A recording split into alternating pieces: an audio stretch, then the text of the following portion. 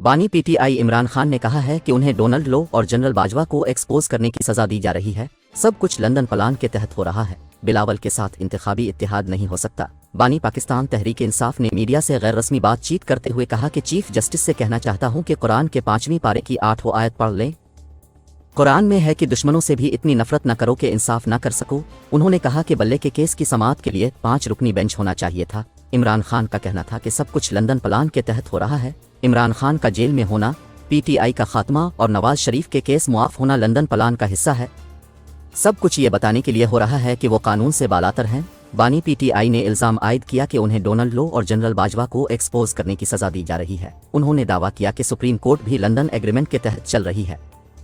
इमरान खान ने peoples party के साथ इंतखाबी इत्तेहाद के ख्याल को रद्द करते हुए कहा कि बिलावल के साथ इंतखाबी इत्तेहाद नहीं हो सकता। उन्होंने कहा कि नवाज शरीफ ने जानिबदार अंपायर्स के बगैर कभी मैच नहीं खेला।